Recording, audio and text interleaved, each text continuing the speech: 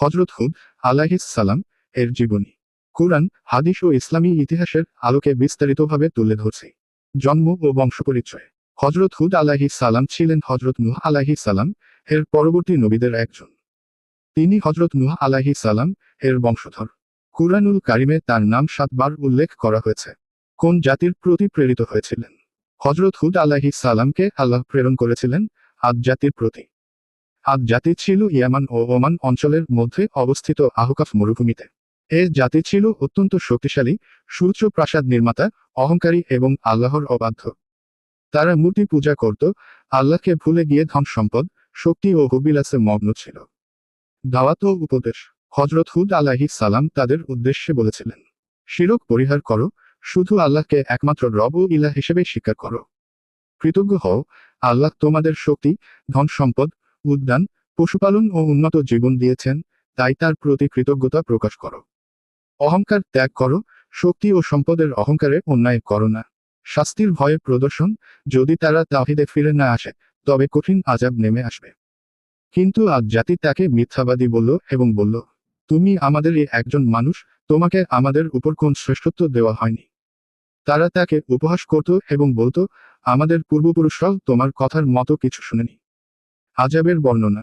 আদ জাতি হুদ আলাইহিস সালাম এর দাওয়াত প্রত্যাখ্যান করায় আল্লাহ প্রথমে খরা ও দুর্ভিক্ষ পাঠালেন।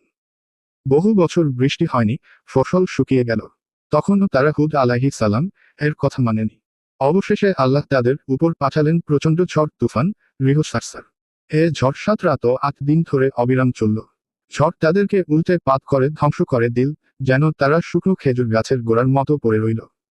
আল্লাহ কুরআনে বলেছেন, আমি তাদের উপর পাঠালাম এক ভয়ঙ্কর ঝড়, যা তাদেরকে ধ্বংস করে দিল। সূরা হাক্কা 6-7। মুমিনদের রক্ষা।